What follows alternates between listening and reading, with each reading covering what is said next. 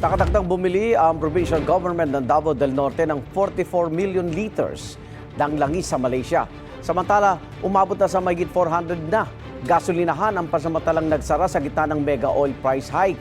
Kabilang dyan ang ilang gasolinahan sa Davao Region na inspeksyon ng pulisya. Live mula sa Davao City, may unang balita si John D. Esteban ng GMA Regional TV. John D. Igan, kabilang sa mga ichi-check ng mga pulis ang mga underground tank ng mga nagsarang gasoline stations para mapatunayan na wala ngang supply at hindi sila nag-hoarding. Ayon sa Police Regional Office 11, nasa 16 na gasoline stations Davao Region ang nagsara dahil naubusan na ng supply ng langis.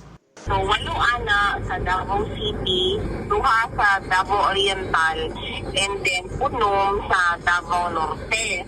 Kunya, ang reason nga nung nag-close sila kay shortage sa supply. Alinsunod sa utos sa Department of Energy, kabilang sa monitoring ng PRO 11, ang pag-check sa mga underground tank sa mga nagsarang gasolinahan at mapatunayang wala na itong supply. Sinisiguro din nila na wala itong itinatagong supply ng langis. Recommend sa DOE nga, pwede daw may mag-request of dating sa underground tanks para ma-check kay dapat naa sa 10 to 15% lang ang total capacity.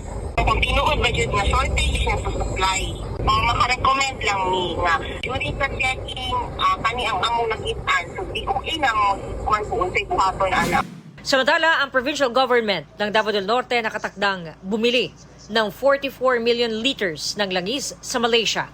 Ito upang masiguro ang supply sa probinsya. Wala pa rin kasiguruhan kung kailan matatapos ang gera sa Middle East. Ayon sa gobernador, ang naturang hakbang ay pagsisiguro na magpapatuloy ang serbisyo ng government agency sa probinsya. Ang king wala nagdumili nga mitando o misugot sa atong hangyo nga mo purchase ta og diesel gikan sa Malaysia. Kay dili man ta pwede nga muhulat og kano sa musira ang gripo. Kunya usa pa ta maning gamot. Taas kayo ang panahon nga gikinahanglan para ta makapalit og diesel. So, pinoproseso na anya ito ng provincial government.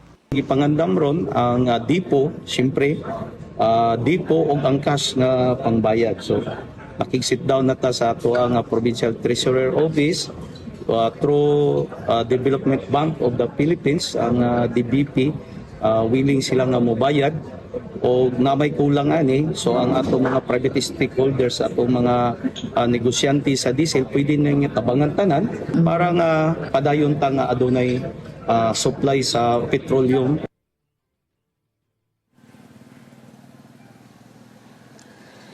Igan, nagsagawa naman ng transport strike ngayong umaga ang Davao Transport Workers, commuters at iba pang concerned groups dito sa Davao City. Nakikiisa sila sa transport or nationwide transport strike at protestang bayan laban sa walang humpay na pagtaas ng presyo ng langis. Panawagan nila na tanggalin ang value-added tax sa fuel products at ibang basic commodities. Igan.